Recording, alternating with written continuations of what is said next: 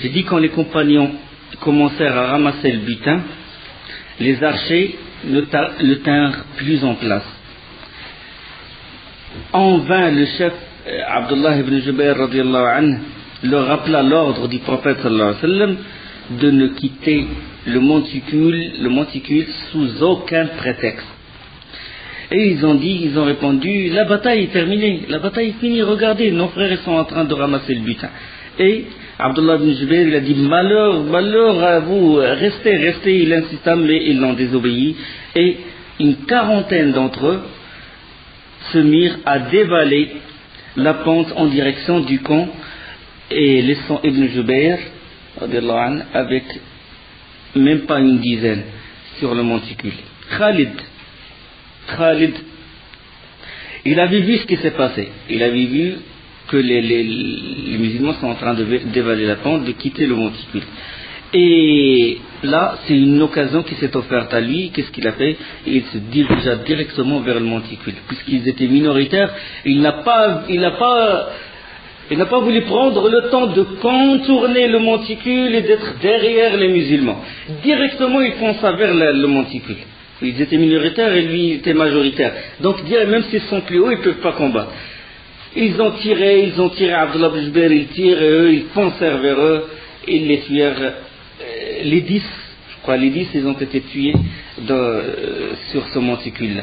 Et Khalid bin Walid, il a regagné cet endroit-là. Maintenant, c'est lui qui est au-dessus. Et les musulmans en bas, en train de ramasser le butin. Les kuffars, les autres, sont mis en déroute. Ils sont encore plus loin. Et là, il fonça de loin, il fonça vers les musulmans, vers les compagnons. Les compagnons, ils ont vu que Khalid, il est derrière eux, ils ne comprenaient pas ce qui s'est passé. Les archers, ils ont vu que Khalid derrière eux, ils commencèrent à courir. À courir vers où? Vers le milieu de la bataille. À courir, à se diriger directement vers les musulmans, vers ceux qui n'étaient pas les autres, c'est-à-dire les archers, ils couraient pour fuir Khalid, et les autres, ils voyaient les archers venir vers eux. Qu'est-ce qui se passe? Et en plus, eux, tout le monde était plein d'armures, couverts, ils ne se connaissaient pas. Ils ne se connaissaient pas. Et ils commencèrent, entre les musulmans, à s'entretuer. Parmi eux, le père de Hudayfa ibn al-Yaman, ça c'est dans le hadith al-Bukhari. Il y avait une perturbation, un trouble, qu'est-ce qui se passe? Une vague qui fonçait vers eux, alors qu'eux, ils ramassaient le butin. Donc, ils étaient brusqués par l'événement, ils ont sorti leurs épées, et les autres qui fouillaient Khalid, eux, ils ont cru qu'ils les attaquent, et ils commencé à se défendre et à combattre. Et ils se sont entretués, je dis parmi lesquels le père de Hudayfa ibn al-Yaman, jusqu'au point où Hudayfa ibn al-Yaman, il criait, mon père, ô serviteur d'Allah, ô musulman, c'est mon père, et les musulmans, et ils l'ont tué. Et il a dit qu'Allah, il vous pardonne. Ils pensèrent, il y avait le trouble chez les musulmans. Les mécréants de l'autre côté commencèrent à s'organiser pour revenir en force, et Khalid commença à tuer les musulmans l'un après l'autre. Un vrai massacre. Pourquoi? L'erreur des archers qui ont désobéi à l'ordre de Abdullah ibn Jubayr et l'ordre du prophète sallallahu alayhi wa sallam. C'est Khalid qui a pris le dessus après. Le prophète sallallahu alayhi wa sallam, il a senti le danger. Il a senti que les autres, les archers l'ont désobéi, le trouble dans l'arène, dans l'endroit de bataille, et il s'est retiré pour réunir les musulmans de nouveau, parce qu'ils sont dispersés. Donc il faut que quelqu'un les appelle parce qu'ils ne se reconnaissent pas. Il n'y avait pas de vrais, ils ne se reconnaissent pas par la tenue, tous armés, tous avec le merfar, avec les casques, ils ne se reconnaissent pas. Et au sein de ce troupe, le prophète sallallahu alayhi wa sallam s'est retiré, commence à crier, vers moi au serviteur d'Allah, vers moi au serviteur d'Allah. Et c'est une démarche, c'est une manœuvre qu'il a faite, c'est une manœuvre risquée, parce que quand il va crier, les copains ils vont voir, et eux leur but c'est de le tuer. Mais le prophète sallallahu alayhi wa sallam a pris ce risque-là. Alors des kuffars entendirent la voix du prophète sallallahu alayhi wa sallam et s'attaquèrent directement à lui. Et quand le prophète sallallahu alayhi wa sallam il recula, il tomba dans un des trous qui a été fait, dans un des pièges qui a été fait par Abu Amir. Il tomba dans ce trou-là. Il tomba dans ce trou-là. Hamza radiyallahu anhu, au sein de ce trouble-là, il fut découvert. Parce que dans le combat, quand la personne il combat, il y a quelqu'un autour, il y a toujours ses frères autour de lui qui combattent, qui défendent son dos. Qui défendent, c'est-à-dire ils sont toujours réunis en masse comme ça. Quand il y a au sein de ce trouble, des gens tués, d'autres blessés, mélange des koufars, des musulmans, là il est découvert. Hamza radiyallahu anhu. Là, Wahshi, il a trouvé l'occasion. Il a trouvé l'occasion de le voir à découvert et commença à le viser avec sa lance. On sait que Wahshi, il était agité d'aucune façon, que les koufars gagnent, que les musulmans gagnent. Lui, son but, c'était d'être libéré. C'est ça son but. C'est de tuer Hamza. C'est ça son objectif. Lui, ça ne l'intéresse pas que l'autre troupe gagne. Et Hamza, quand il fut découvert, Wahshi, sans pénétrer dans la mêlée, il visait de loin Hamza radiyallahu anhu, puis il lança avec exactitude sa lance et il transperça le dos, parce qu'il avance. C'est pas en face qu'il l'a tué, c'est quand Hamza a tourné le dos. Il transperça le dos et il est sorti entre ses pieds devant, c'est-à-dire il est rentré d'un côté et il est sorti de l'autre côté. Et Hamza, malgré ça, il s'est tourné vers lui, il s'est dirigé vers lui. Et Wahshi, parce qu'il s'est converti plus tard, il a participé dans Hurub al-Ridda, ça c'est plus tard. Hamza il raconte, il dit quand il s'est rapproché de moi, ça y est, j'attendais la mort. Et puis Hamza, il s'est affaissé devant lui et il fut tué radiyallahu anhu, shahid. Et Wahshi s'écarta de l'armée, de la troupe, parce qu'il n'a rien à faire avec le reste. La mission maintenant a été accomplie. Mus'ab radiyallahu anhu, au sein de ce trouble aussi, il fut découvert. Et lui, c'est lui le porte-étendard. Il fut privé de toute défense et il a été tué également. On lui coupa une main. Il prenait l'étendard d'une main, il combattait de l'autre main, on lui coupa une main, il gardait l'étendard avec l'autre main jusqu'à ce qu'on lui coupa l'autre main et il fut tué. Radiyallahu anhu. Et il y avait un karama, un prodige de Mus'ab ibn Umair, c'est qu'avant avant de mourir, il a prononcé des mots. On sait qu'avant, quand le prophète sallallahu alayhi wa sallam est tombé dans le trou, il y avait Satan, il a appelé que Mohammed a été tué. Il a crié pour créer la discorde encore davantage dans la troupe des musulmans. Et Mus'ab ibn Umair, avant de mourir, il dit وَمَا مُحَمَّدٌ إِلَّا رَسُولٌ قَدْ خَلَتْ مِنْ قَبْلِهِ الرُّسُلُ أَفَإِنْ مَاتَ أَوْ قُتِلَ انقلبتم على أعقابكم ومن ينقلب على عقبيه فلن يضر الله شيئا وسيجزي الله الشاكرين. Mus'ab ibn Umair a récité ce verset avant qu'il ne soit révélé au prophète sallallahu alayhi wa sallam. Il a dit Mohammed n'est qu'un messager, des messagers avant lui sont passés. S'il mourait donc, ou s'il était tué, retourneriez-vous sur vos talons. Quiconque retourne sur ses talons ne nuira en rien à Allah et Allah récompensera bientôt les reconnaissants. Allah subhanahu wa ta'ala, il a fait couler ses mots, dans sa langue avant avant de mourir et avant qu'il ne le révélât au messager d'Allah sallallahu alayhi wa sallam.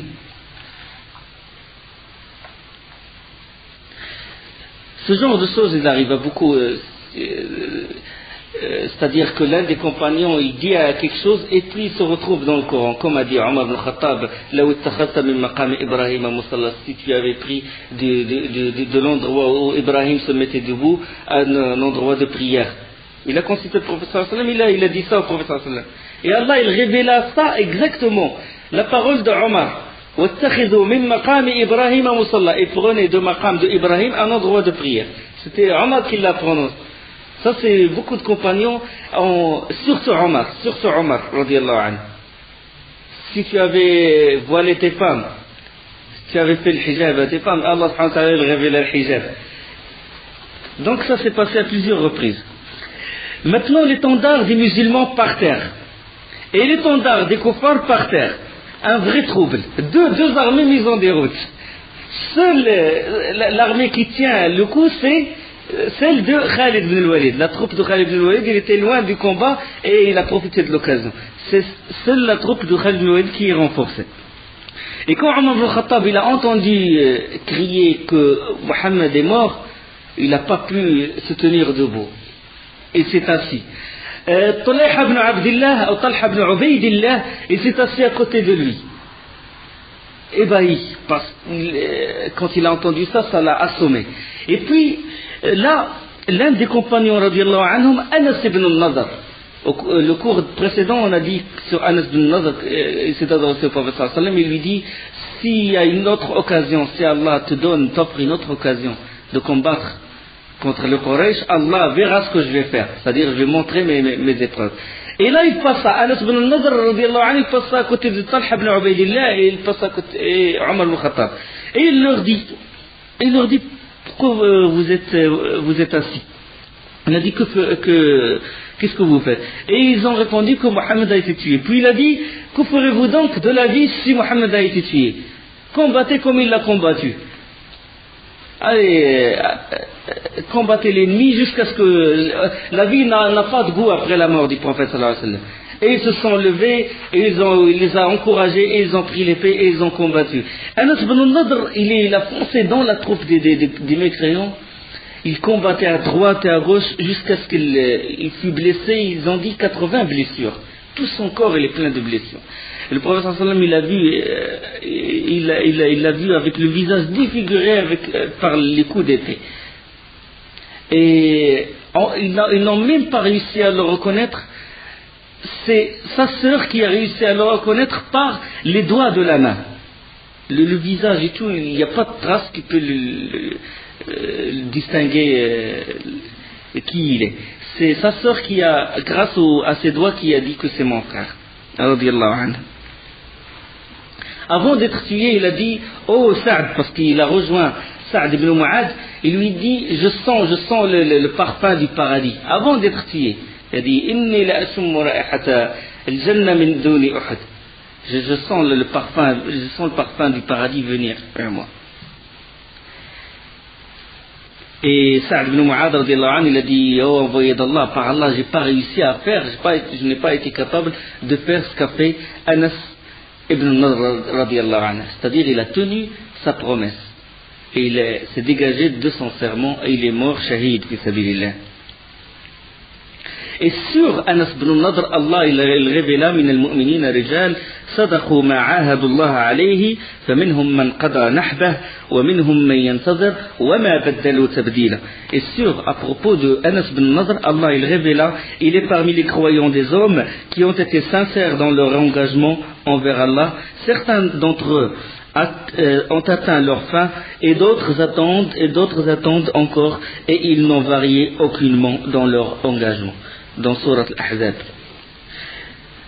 L'un des héros des compagnons s'engagea avec courage et porta l'étendard. Ce fut Ali radiallahu anhu.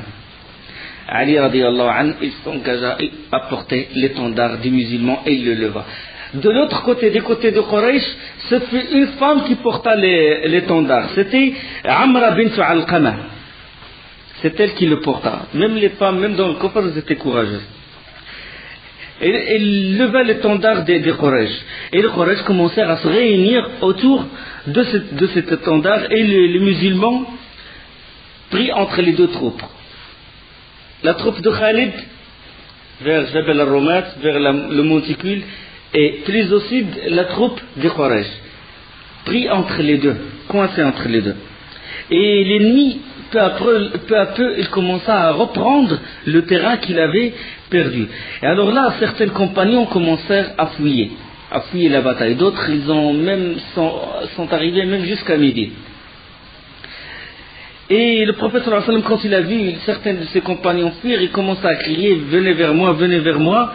Et le premier à rejoindre le prophète sallallahu alayhi wa sallam fut Abu Bakr radiallahu anhu, puis Abdurrahman ibn Auf et Abu Dujana, Talha ibn Ubaydillah, et 7 parmi les auxiliaires, parmi les Ansar. Et Nusayba radiallahu anha, une femme parmi les compagnons, parce que même les femmes, ils ont participé à soigner les blessés, à donner à boire aux assoiffés, et s'ils trouvent un des mécréants blessé, ils l'achèvent. C'est-à-dire, elles aussi, participé à cette bataille. Il y a Nusayba, il y a Sulayd, il y a Aïcha radiallahu anha. Beaucoup parmi les femmes des compagnons radiallahu anha, ils ont participé à cette bataille. Alors quand ce petit groupe fut réuni, il y avait juste 12 personnes autour du prophète sallallahu alayhi wa sallam. Tout le monde était dispersé, des compagnons ont fui, d'autres blessés. Il n'y avait que 12 personnes autour du prophète sallallahu alayhi wa sallam. Là, l'un des kuffars, il s'appelle Ibn Qami'a. Ibn Qami'a, il avait une troupe. Il a vu le prophète sallallahu alayhi wa sallam entouré de cette minorité de compagnons, et il fonça vers le prophète sallallahu alayhi wa sallam.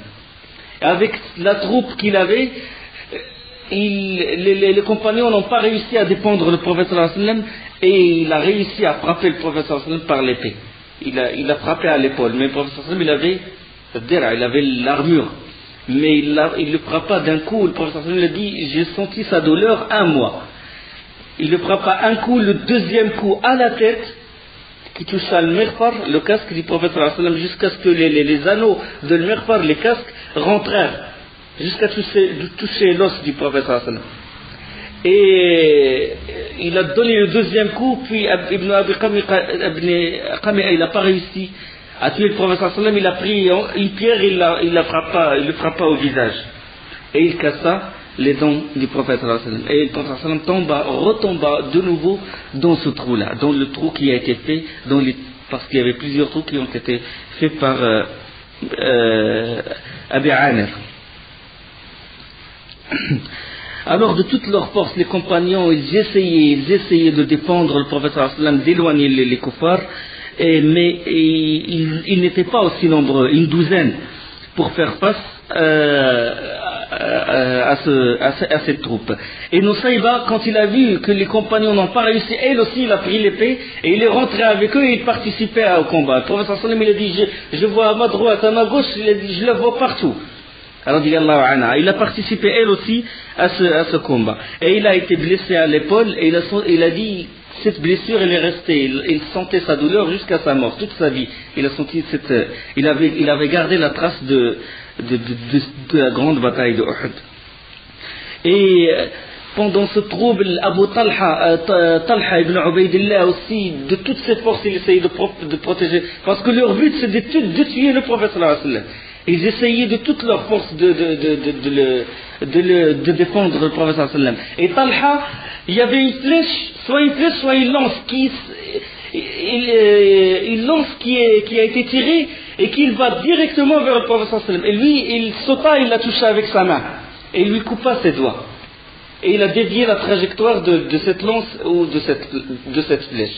Et Abu Dujana, quand il a vu que vraiment la pression commence à augmenter, Abu Dujana radiallahu anhu, le prophète sallallahu alayhi wa sallam, dans le trou, pour le sortir il faut du temps, il sauta, il tomba sur le prophète sallallahu alayhi wa sallam comme ça, et il le couvra. Et eux, ils ont jeté leurs flèches. Ils lancèrent leurs flèches, les kuffars, jusqu'à ce que le dos de Abu Dujana radiallahu anhu, le compagnon qui le décrivait, il a dit: c'est comme un hérisson, avec les plaies qui ont touché Abu Dujana radiallahu anhu.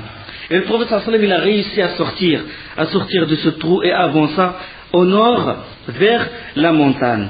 Il s'est éloigné. Et les compagnons l'ont rejoint. Et les anneaux, c'est qu'ils ont parlé l'effet de l'épée avec la force,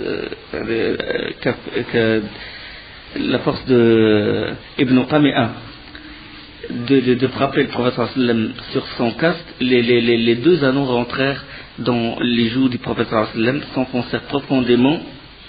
Et la douleur, elle était intense, qu'ils étaient obligés de s'arrêter à mi-chemin, et le sang il coulait du visage du prophète sallallahu alayhi wa sallam. Et il s'arrêtait un moment. Là, Ubayda ibn al-Jarrah radiallahu anhu, pour enlever les anneaux, ils ne peuvent pas. Quand ils mettent leurs mains, ils ne peuvent pas les sortir. Il ne peut pas sortir il ne peut pas rentrer leurs mains. Et en plus, c'était très douloureux. Là, Ubayd ibn Jarrah, il a sorti cet anneau avec sa dent, jusqu'à casser sa dent. Il a mordu l'anneau qui s'enfonçait dans la joue du prophète sallallahu alayhi wa sallam jusqu'à le sortir. Et il a fait pareil pour l'autre anneau, jusqu'à ce que les dents de Ubayd ibn Jarrah radiyallahu anhu tombèrent. Mais le sang ne s'arrêta pas de couler. Ils ont essayé, ils essuyaient, chaque fois ils essuyaient, mais le sang il coulait. Fatima radiyallahu anha, il a mis un tissu pour que le sang il s'arrête. Le sang il s'arrêta pas. Et ils commencèrent à s'inquiéter. Là, Fatima radiyallahu anha, qu'est-ce qu'il a fait? Il a pris un morceau de tissu et l'a brûlé. Mais un tissu spécial. Il le brûla et puis avec les cendres chaudes, il a mis ça sur le joug du prophète sallallahu alayhi wa sallam.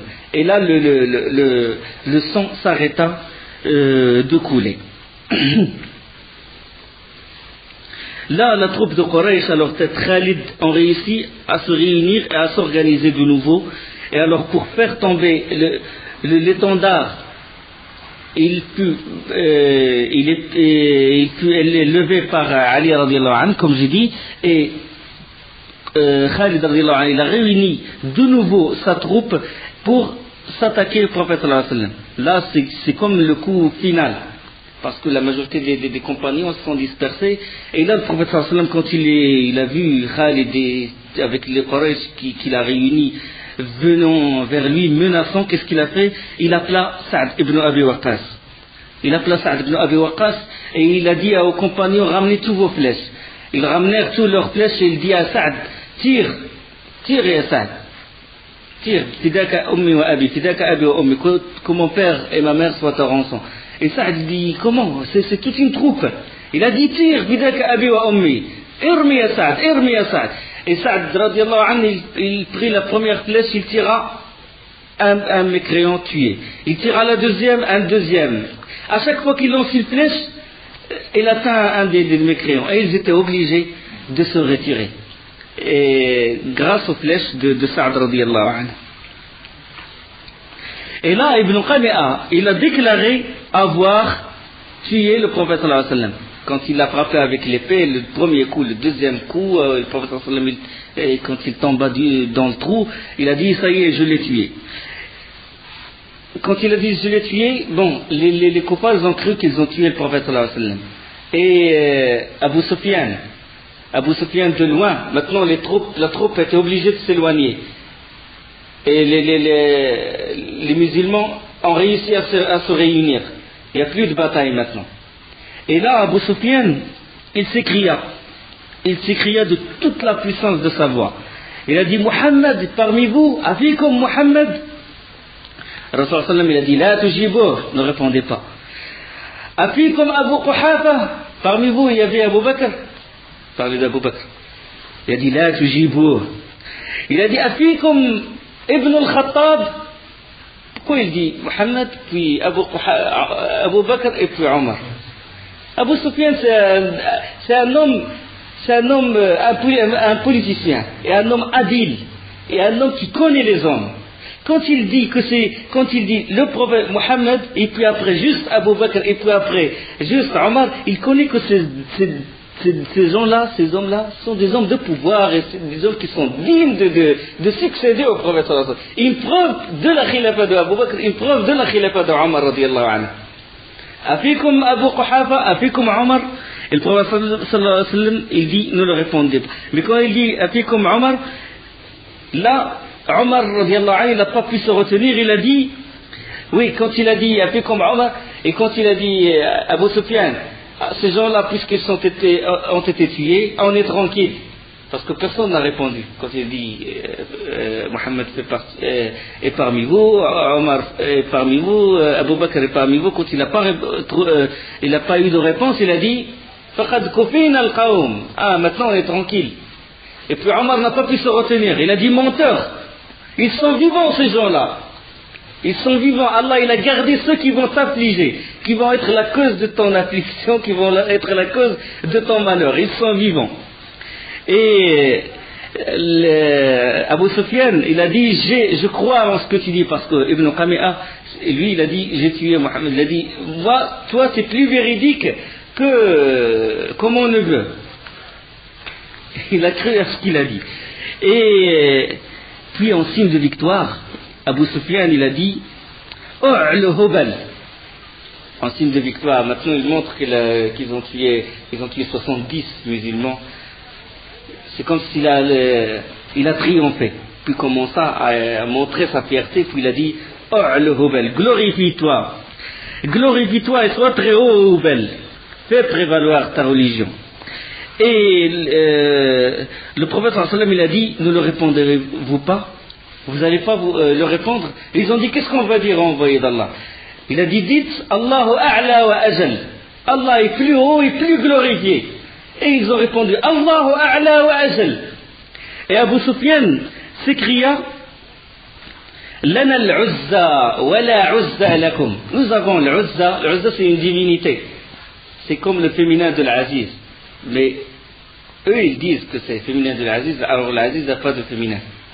Ça c'est ilhad fi asma'illah, c'est une déviation dans les noms d'Allah. Il ne faut pas dévier parce qu'Allah al-Aziz, eux ils ont une divinité, ils l'ont appelé al-Uzza, ça veut dire le féminin de l'Aziz. Puis le prophète sallallahu alayhi wa sallam, il a dit ala tujibouh, vous n'allez pas le répondre? Et ils ont dit qu'est-ce qu'on va répondre au envoyé d'Allah? Il a dit Allahu mawlana wa la mawla lakum, Allah est notre protecteur et vous n'avez aucun protecteur. Et puis Abu Sufyan s'écria de nouveau. Abu Sufyan d'un côté et la troupe et les compagnons du prophète sallallahu alayhi wa sallam, lui sera assommé et le prophète sallallahu alayhi wa sallam sera assommé, lui il s'écrie et les compagnons le répondent.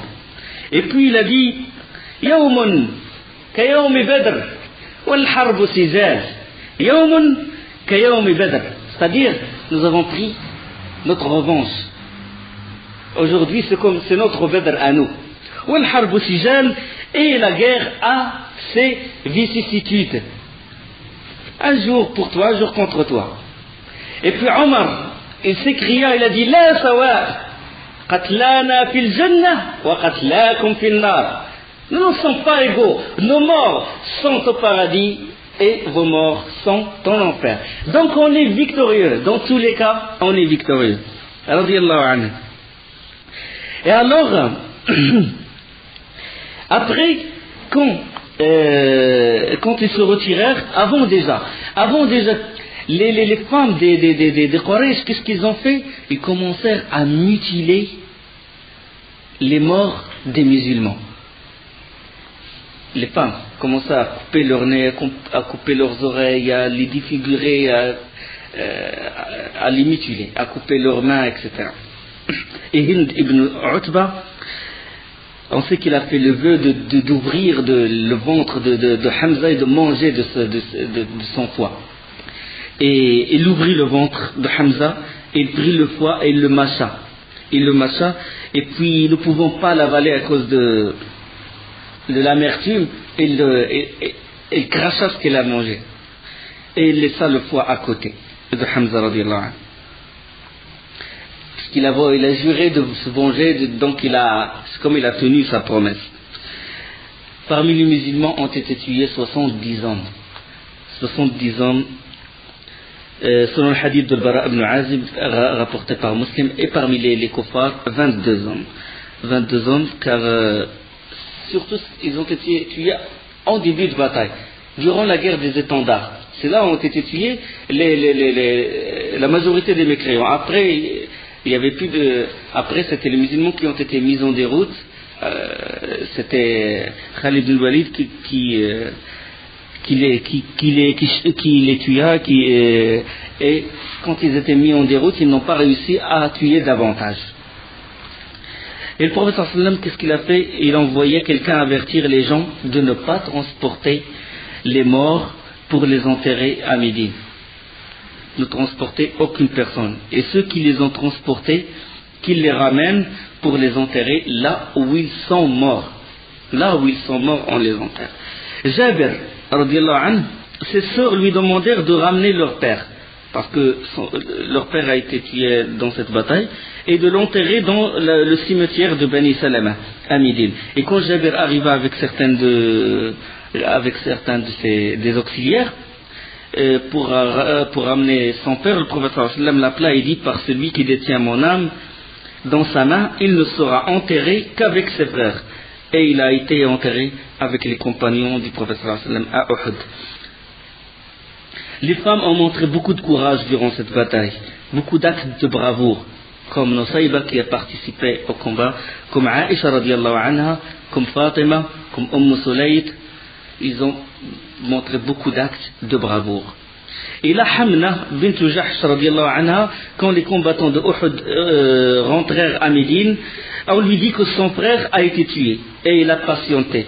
Puis on lui dit que c'est son oncle qui a été tué, et il a patienté. Il a dit: Inna lillahi wa inna ilayhi raji'un, nous venons d'Allah et nous revenons à lui. Mais quand on lui dit que son mari, c'était Mus'ab ibn Umair radiallahu anhu, il cria et il se lamenta, il n'a pas pu patienter. La position du mari qu'a envers sa femme. Et quand là le calme est revenu, le prophète sallallahu alayhi wa sallam, avec ses compagnons, il redescendit dans la plaine. Les corps des musulmans sont dispersés. Et le prophète sallallahu alayhi wa sallam se présenta à côté de Hamza radiallahu anhu. Et puis il a vu le ventre ouvert, il a vu le nez coupé, défiguré. Le prophète sallallahu alayhi wa sallam ne s'arrêta pas de pleurer quand il l'a vu dans cet état. Même un des compagnons, il a dit, c'est-à-dire j'entendais le soupir du prophète sallallahu alayhi wa sallam. Tellement il a été touché par la mort de Hamza radiallahu anhu. Et il dit: jamais dans ma vie je n'ai senti un tel chagrin. Jamais dans ma vie. Devant la dépouille de Hamza, avec le foie à côté, avec les nez coupés, etc. Il a été très touché. Et puis les compagnons, épris de haine, ils ont dit: on va se venger. On va les mutiler comme eux. La prochaine bataille, on leur coupera les mains, nous aussi on fera ce qu'ils ont fait de nous. Et Allah subhanahu wa ta'ala, il révéla: s'il vous faut punir, que la peine infligée n'excède pas celle subie, ou si plutôt vous patientez, meilleur sera pour qui aura patienté. وإن عاقبتم فعاقبوا بمثل ما عوقبتم به ولئن صبرتم لهو خير للصابرين. Allah subhanahu wa ta'ala, il révéla, il leur dit: patientez et ne faites pas ça. Et puis il interdit qu'on mutile la dépouille d'un mécréant, la mutilation. Il l'a interdit dans la bataille. Puis le prophète sallallahu alayhi wa sallam ordonna de rassembler tous les corps près de celui de Hamza radiallahu anhu. Et là, quand il rassembla tous les corps, il fut consterné de voir une femme s'approcher des morts. Puis il dit, il appela les compagnons, il dit: la femme. La femme, il courait, il s'approche des morts. Il n'a pas voulu que cette femme voie les visages défigurés des compagnons radiallahu anhu. Peut-être qu'il y avait un de ses fils, ou son mari, ou son frère, ou un proche. Puis Zubair, il alla à sa rencontre pour la tenir à l'écart. Et c'était Safiya radiallahu anha, la sœur de Hamza. Et alors là, il courait, il buta contre la poitrine de Zubair radiallahu anhu. Et puis Zubair a dit: l'envoyé d'Allah, il t'interdit de te rapprocher, de t'approcher davantage. Et puis il s'arrêta, puis il sortit le kafan, l'insert, c'est ça, deux morceaux de tissu, et il les donna à Zubair. Il a dit: couvrez mon frère avec ce tissu-là. Et ce fut le kafan de Hamza radiallahu anha. Puis elle retourna chez elle. Et quand ils ont vu qu'un des Ansar était à côté de Hamza radiallahu anhu, lui aussi il n'avait pas de tissu pour le couvrir, puisque Safiya il a donné 2 tissus, ils ont couvert Hamza radiallahu anhu avec un tissu et le Ansarit avec un autre tissu. Le prophète sallallahu alayhi wa sallam demanda alors qu'on enterre les martyrs, Shuhada Badr, et il dit: je suis témoin en faveur de cela. Couvrez-les avec leurs blessures.